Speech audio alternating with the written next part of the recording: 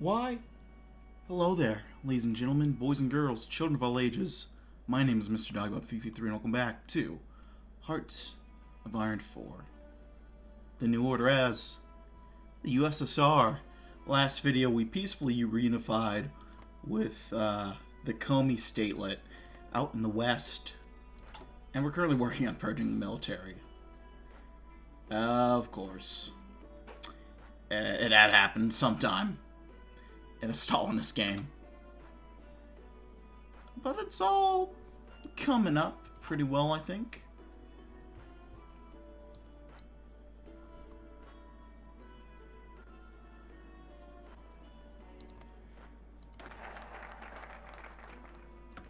Job left unfinished. Israel does get claims on the Jordan. That's interesting. There's also a Lebanese state that's a puppet. All very interesting stuff. Anyway, we got 180 days to wait for this to get figured out.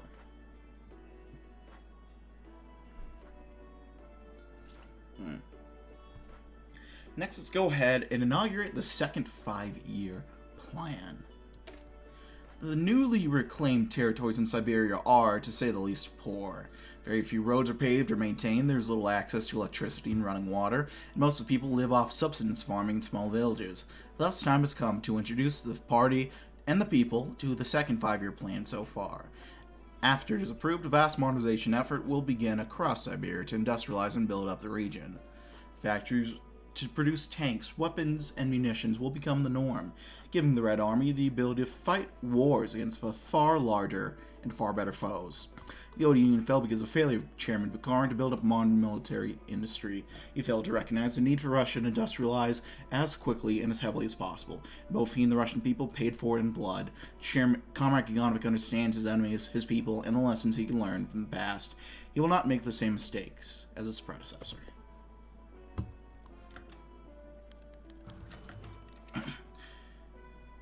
In the harsh life of a conscript, sleep was the private's only escape from the grinding rigor of duty. At day, he rolled endlessly, preparing for an enemy that might never come. In his dreams, drifting ethereally through his home village, he saw his parents and old friends. Tonight's dream was no different. He floated towards his childhood sweetheart, and his mouth opened to make an overture towards her. All that came out was a staccato crack of gunfire, waking him from his bunk with a start. Sure enough, he could hear someone shooting several rooms away. Were they under attack? Nowhere near in mid-torture, where they had to drill the soldiers after death just to give them something to do. It didn't make any sense. The other men in the barracks were already awake and milled around anxiously, confused by the situation and lack of orders. Rumors proliferated of civil war, reactions behind the scenes, assassinations, and a variety of other frightful possibilities. All the intrigue ground to a halt when the sound of a man speaking through a megaphone from outside reached their ears. Comrades, please remain calm. You are not under attack. The NKVD has received notice of treason at this location, and one of the suspects responded with gunfire. Remain in your barracks. The situation is normal. The anxiety dissipated and was replaced by the sudden energy of throngs of men crowding to the windows.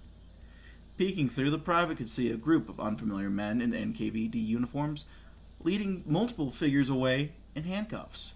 The identity of the figures gave him pause. Being stuffed into the back of a secret police van were none other than his commanding officers. Whatever happened to the chain of command? Well, it is a very good thing we don't have to go to war anytime soon. I will go ahead. I will repeat my strategy to get everything up to level 5 infrastructure.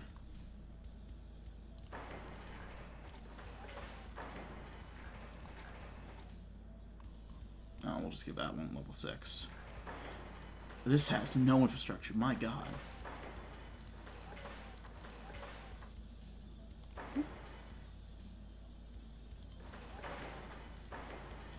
Look at that one, level 6 too, why not?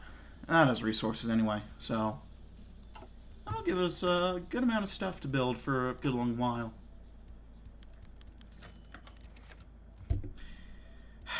Save us some time, will you?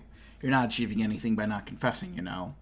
The NKVD officer spoke in a soft voice that nevertheless seemed to reverberate off the walls of the cramped interrogation room. A single bulb dangling precariously from the ceiling provided only the only light, and the fumes of the officer's cigarette filled up the entire space. The target of his remarks, still clad in his Red Army uniform, sat blindfolded on a chair in the middle of a room, sputtering as he coughed from the smoke. But I haven't done fucking anything! When Chairman Kaganovich hears about this, he'll have your head. I'll make sure of it. The interrogator burst into laughter at the suggestion and had to lean against the wall for support. Who do you think gave the order? He said, wiping a tear away. Then as quick as it came, the humor left him. People tend to remember their encounters with me, Comrade General. And not in a good way. If you don't want me to carve a souvenir into your flesh, you'll tell me how you betrayed the Soviet people this instant. Witnessing the spectacle were a pair of officers standing guard at the door. Though they made an effort to be dispassionate onlookers, both were clearly disturbed. Yakov, isn't this a little excessive? The man's a general. The chairman must have reasons we can only guess at. The tone of Yakov's voice betrayed his lack of confidence. It's safer not to question these things. The interrogation continued for hours, and even amidst his screams, the general never admitted a single misdeed. With each denial, the guards became less sure of the justice of their task, but trepidation kept them from stepping even a centimeter out of line. A cruel machine, powered by fear. I guess I should have used what powers this video. Today's sponsor, NordVPN. To protect his online data and not have to be interrogated. We're not, unfortunately, not sponsored by NordVPN, as funny as that would be. As a tie-in. Looks like the Phalangists are winning.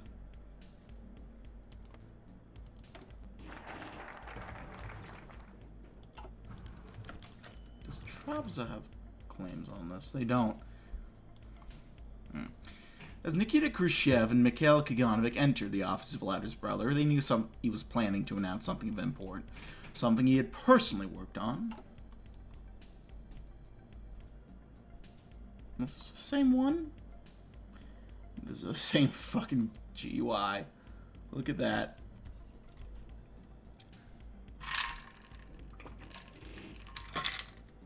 Well.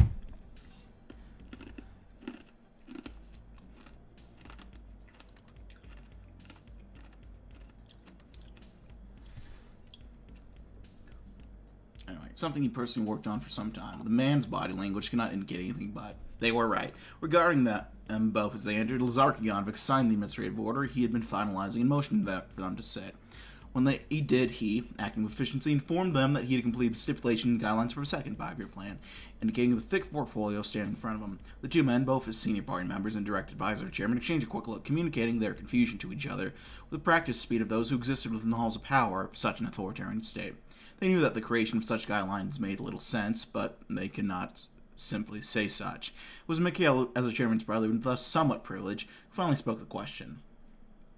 The first 5-year plan, he stated as diplomatically as possible, was not yet complete. Its overall effect was not yet known. How could the targets of a second plan be therefore be properly established?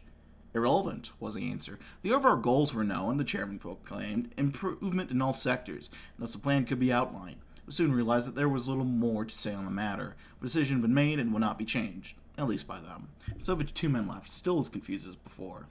The plan will no doubt be wildly successful.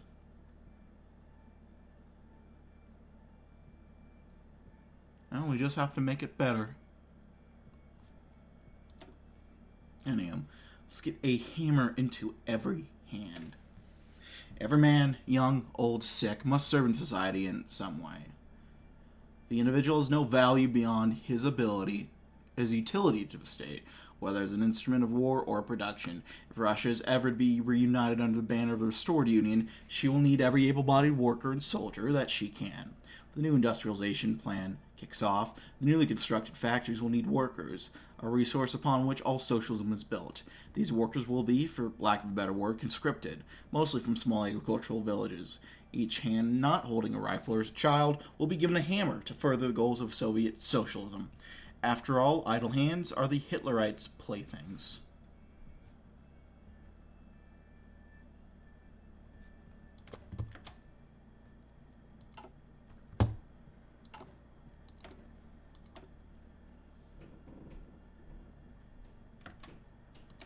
get the next level resource extraction.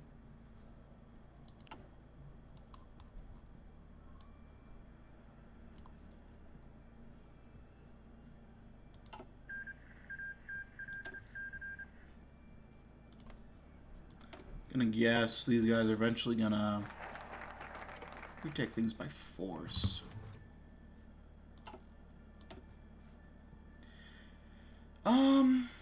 Let's do in Stalin's way. Late Comrade Stalin was a great friend and mentor to our very own Comrade Kaganovich. His political and social philosophy has guided and protected both Kaganovich and the state many times. In fact, Comrade Kaganovich openly admits to asking himself what Comrade Stalin would do when presented with a complex situation. We should honor Stalin for giving us such a bright future and fully embrace Stalinist ideals as the official position of a state. Doing so will not only honor the man's memory, but likely guide us into a brighter future. Beautiful. There's these islands out here.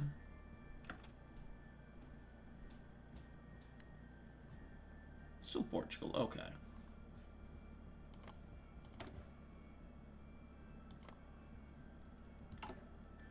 Construction, more civilian factories, so I will get those civilian factories going.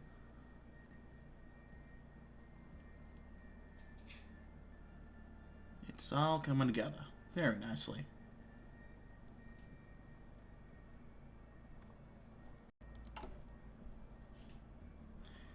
That's the way everything goes. You and I, we've no control. If the sky's pink and white. I forgot how the rest of the song goes. Shout out Frank Ocean. Fucker needs to drop something soon. Let's go ahead and get the Commissariat of Civil Defense. Yeah. An army by itself is not enough. While it is indeed helpful to have 1 million men on standby in the event of war, those men are of no use if you have no weapons to fight. They are simply a massed horde. All armies require organizational logistics, something in very short supply in the Siberian waste. Thus, Comrade Kaganovich, in light of this issue, and the ever-growing power of a state, has decided to organize a new governmental organization, the Commissariat of Civil Defense. This new organization will oversee the functions regarding the preparation of war. It will organize and equip units of men, ensure factory production is adequate to meet demands, and prepare for propaganda for any eventual war that may or may not erupt. The world is a changing place, and the safety of a state and its people must be considered of the utmost priority.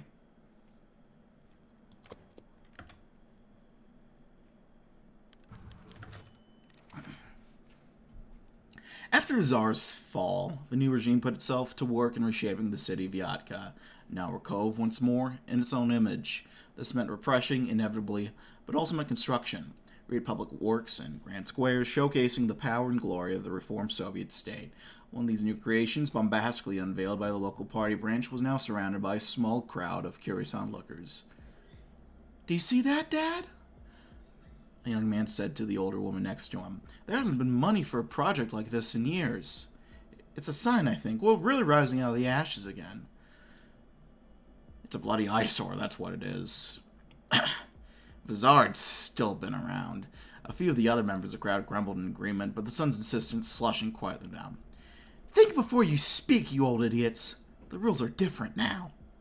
Everyone seemed to have a different opinion about the installation. To some it was a symbol of better times. Others saw it was an affront to taste and let their disapproval show as much as was politically safe. One woman expressed with confusing that while she had fond memories about socialism, she wasn't sure why they hadn't just put up a Lenin. The coming of several impatient-looking officers scattered the crowd wordlessly to the wind. The objects of their interest stood alone. One was a towering statue of Joseph Stalin, staring mustached with avuncular eyes down at the people. Gripping his hand firmly in a gesture of power and friendship was none other than a similarly gargantuan depiction of Comrade Kaganovich himself.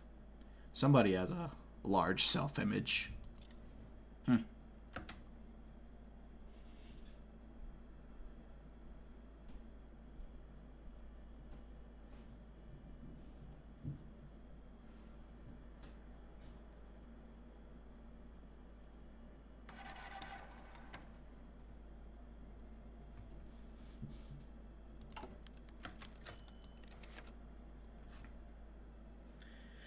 Captain Nikita Prabozhnetsky frowned slightly as he looked at the position of a cat in a tree, then back to the woman who had ambushed him during his time off.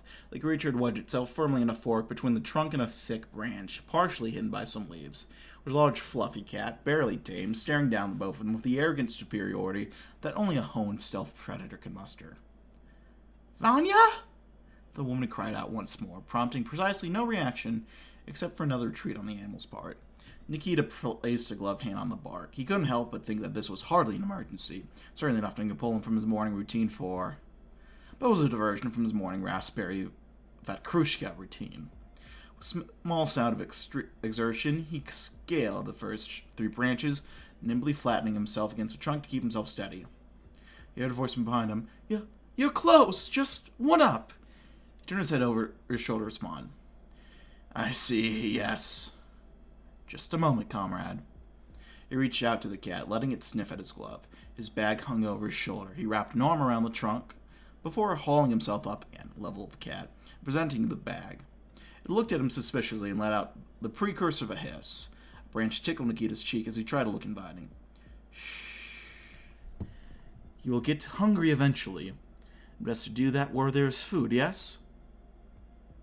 If the cat understood him, it left no indication, simply continuing to stare with yellow eyes. Nikita let out a resigned sound and placed the bag's handle in his mouth. With his now free hand, he reached around the cat and shoved it, causing the startled creature to flop right into his pack.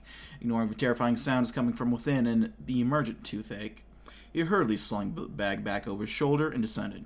He did his best to look carefully stoic as he placed the pack on the ground and the cat leapt out. "Vanya!" she said as the cat weaved between her legs. "Thank you. Would you like some water, Captain?" she offered. "It must be difficult work." Her eyes flicked to the door of a nearby apartment building. Nikita couldn't help but give a wry smile back before responding. "Only when I'm off duty, comrade."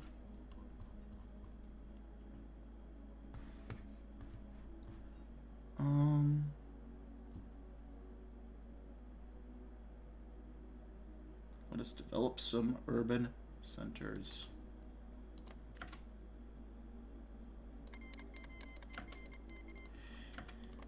Yep, there goes the Phalangists into Spain. There's a Commissariat of Civil Defense.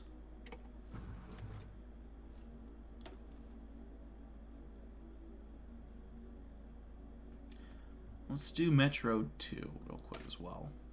Mankind is facing an existential threat unlike any it's ever encountered in its brief existence on the planet. Total nuclear annihilation. Dread it. Run from it. It may very well still arrive, and if it does, mankind is likely to face total extinction. Be it from the flames of Himmler's ambition, a rapidly escalating conflict between the world's great powers, or just a simple mistake the chains of nuclear war is too wide to ignore.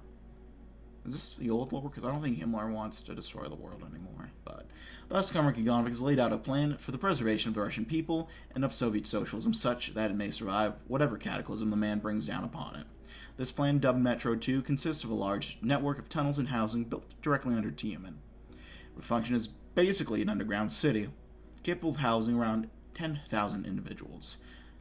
The network would have been built on top of the water table and thus have access to clean fresh water, in addition to geothermal and hydroelectric generators, food stores, and even growing rooms for small-scale agriculture. It would also have a large research station from which the state can perform its largest and most secret science experiments. If the world is truly set on fire, Metro 2 might just be the safest place to wait for the ashes to cool. So it's like Fallout meets the Metro series, basically.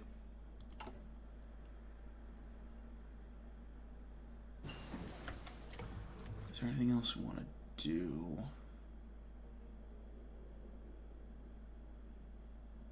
Expand some civil infrastructure.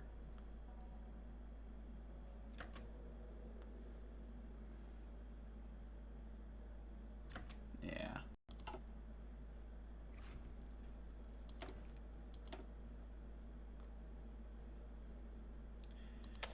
What was I gonna? We can work on new planes, I guess. Jet engines. Heavy jet engines.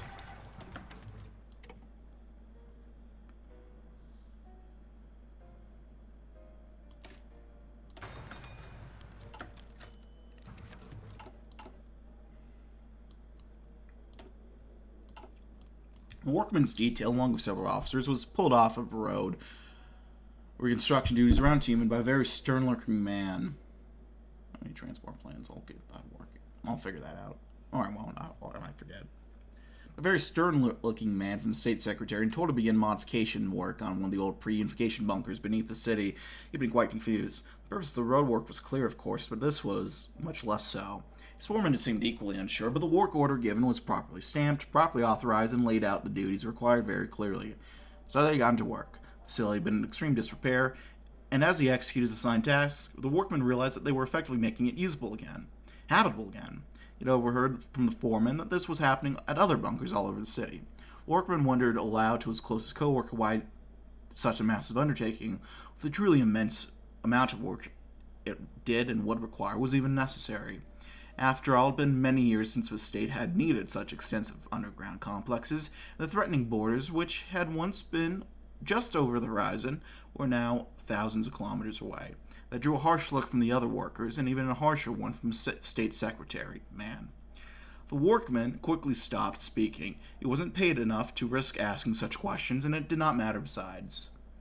Such reasoning is classified. Well, on that note, let's get working on factory institutes. The invasion of the Hitlerites and subsequent collapse of the Soviet Union were great tragedies, not only for costing lives, but the damage done to the future of the Russian people. Many across the shattered remains of the motherland cannot read or write, and know only how to till soil and plant crops. Such was the way for many centuries, but it is not the way of modernity. Today's the age of machines and factories and steel, so Russia must be dragged kicking and screaming into being an industrial society. Many of the newly conscripted factory workers must be trained by another person, rather than being able to read and understand simple directions. To solve these issues pressing down on the industrial sector, Comrade Kaganovich has delivered a plan. Factory schooling. In most major factories and industrial plants across the country, there will be classrooms in which the largely illiterate workforce may learn to read and write. While it certainly will not provide them with a true education as they would have received elsewhere in the world, it will be more than sufficient. There we go. Take one quick look at the economy before we depart. It's looking okay. It's acceptable even. I'm going to go ahead and leave things there. Thanks as always for watching, gang. Like if you liked this, like if you didn't, leave any comments, feedback down in the comment section below. I read all comments again. Appreciate any feedback you might have for me. Check out my various links down in the description box below. And yeah, that's about it for now. Thanks so much for watching, gang. I will see you all in the next video. Good night. And goodbye.